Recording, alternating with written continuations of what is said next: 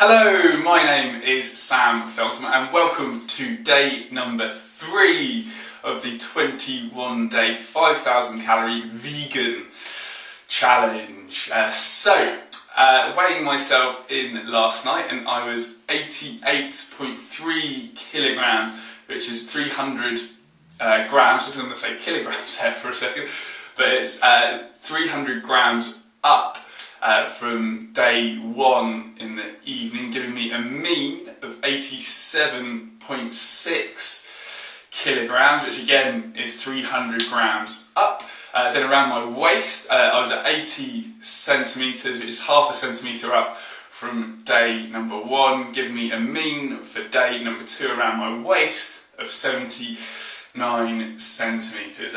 Stay tuned right up until the end for a clip of my interview with the Australian cricket team's medical doctor, Dr. Peter Bruckner, and talking about diet and athletic performance and things like that. It's a nice quick 20-minute interview, but I've put an excerpt at the end of today's video, so definitely stick around to check that out. Now, a lot of people have been asking and requesting me to talk more about my feelings and how I'm feeling and things like that. All in all, feeling seriously bloated. I mean, it's almost 5 kilograms of food every single day, and trying to munch that down, and the amount of fibre that's going through my system is certainly making me, I suppose, be regular at the moment, and also it's making me feel really tired because I'm assuming that my digestive system is going on overdrive, so I'm feeling bloated and tired at the moment. Now, I've had a few people in the vegan community talk to me, tweet me and comments and things like that, saying that yeah, it's not quite what a normal vegan would eat. Now, if any vegans out there want to design a diet that reaches 5,794 calories whilst trying to keep the volume of food down to a minimum, then please send me it, and I'll do it later on in the year. But at the moment, that is the best vegan diet with the least amount of volume to try and get to that 5,794 calorie level. So, with all that out of the way, let's jump into the measurements of today. Let's see what's going on.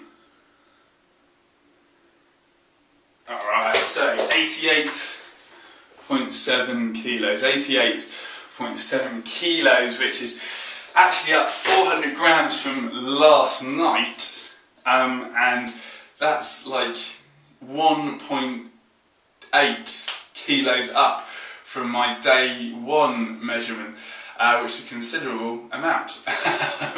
Now, I do weigh myself in before dinner, so my dinner is probably still sitting within me, and let's check my waste. And that's another thing with this style of diet, this high carb, low fat diet of real foods, is that my glycogen stores are going to be filling up for the next 3 to 5 days. 80 centimetres, which is the same as last night, and yeah, a lot of food is going to be sitting in my guts. I'm going to be filling up with glycogen, which is your stored form of glucose or carbohydrates, and yeah, that's going to put on around about 1.5 kilos in weight. So this first few kilos will be a combination of glycogen, water, and food sitting in my gut as well. I shouldn't do that too hard. But with all that said, if you do have any comments, objections or questions, make sure you put them in the comment section below. And then if you want to ask me a question directly, hit me up on Twitter at Sam Feltham. Make sure that you like us on Facebook at facebook.com/smashthefat. And then finally, If you want to check out more pictures, diet details and more information about all of the experiments that I do, head over to our blog, which is smashthefat.com/blog. Alright guys, well, until tomorrow, be well, and of course, smash it out. Alright, hello, my name is Sam Feltham and welcome to Expert Interviews on Smash the Fat. Today with me is an amazing doctor, Dr. Peter Bruckner. How you doing, Pete? Very well, Sam. Very well. Fantastic.